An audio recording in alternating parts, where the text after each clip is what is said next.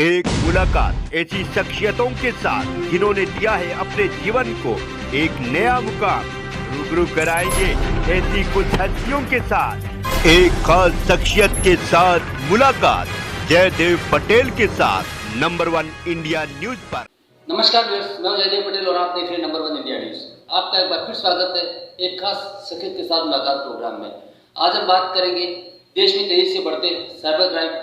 एक बहुत ही महत्वपूर्ण चुनौती है पुलिस के सामने। ऐसे में राजस्थान पुलिस की तरफ से अहम कदम उठाते हुए हैकाथॉन का इस्तेमाल शुरू किया गया है। आखिर हैकाथॉन क्या है और इससे साइबर क्राइम को कंट्रोल करने में कैसे राजस्थान पुलिस को मदद मिलेगी, इन्हीं तमाम मुद्दों पर बात करने के लिए हमारे साथ खास मेहमान है राजस्थान साइबर क्राइम के पुलिस महानिदेशक डॉक्टर जयप्रकाश मेहरा। डॉक्टर जयप्रकाश जी, आपका बहुत स्वागत है आज हमारे प्रोग्राम में। जी डॉक्टर जयप्रकाश जी, आपसे मेरा पहला सवाल है, राजस्थान पुलिस की तरफ से जो नई शुरुआत की गई है साइबर क्राइम को कंट्रोल करने के लिए हैकाथॉन की, तो आखिर हैकाथॉन क्या है और इसकी जरूरत क्यों पड़ी, इसके पीछे क्या उद्देश्य है राजस्थान पुलिस का?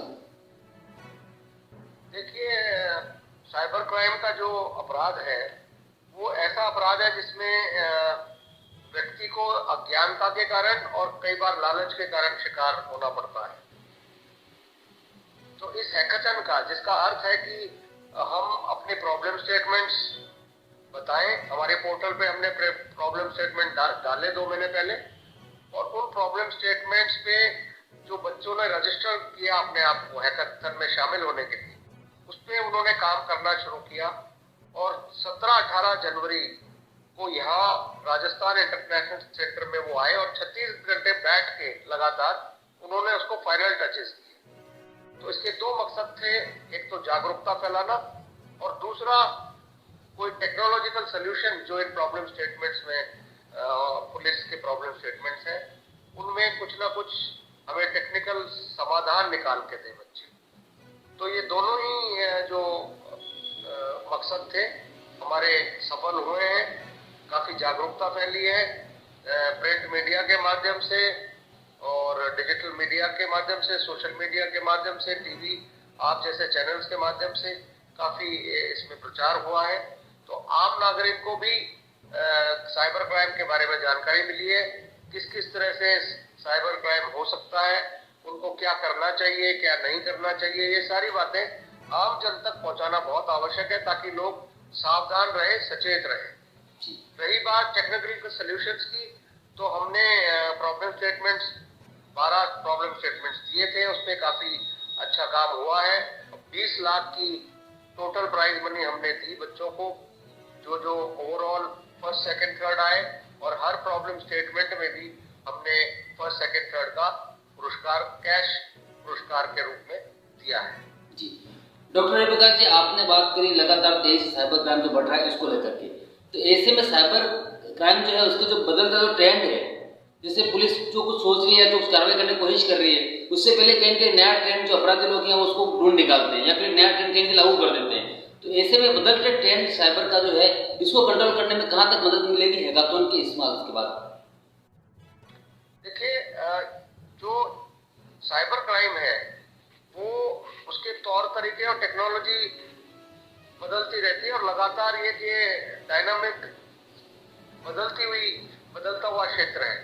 इसलिए पुलिस को और कानून जो एजेंसीज हैं उनको लगातार अपनी कैपेसिटी, अपनी ट्रेनिंग, अपने स्किल्स लगातार बढ़ाने पड़ेंगे। इस बारे में सरकारों को भी सोचना पड़ेगा कि इस रिसोर्सेज जो है पुलिस विभाग के, उसको इस दिशा में अब उनको ज्यादा बढ़ाने पड़ेंगे, और ताकि पुलिसकर्मी जो भी इस तौर तरीके हैं इस क्राइम के, क्योंकि एक नई चीज है ये, परंपरागत जो क्राइम होता था उससे बिल्कुल अलग क्राइम है, और इसके टूल्स भी अलग हैं, सॉफ्टवेयर टूल्स होते हैं जो बदलते रहते हैं। आज अपराधी कुछ और तरीका अपना रहा है, कल कुछ और तरीका ले आता है, इसलिए इसमें लगातार काम करने की आवश्यकता है और लगातार ट्रेनिंग और जानकारी प्राप्त करने की आवश्यकता है। जी डॉक्टर जयप्रकाश जी, अगर हम बात करते हैं तो राजस्थान में एक मेवात एक ऐसा इलाका है जो कहीं के पूरे देश में चर्चित है साइबर अपराध को अंजाम देने के लिए।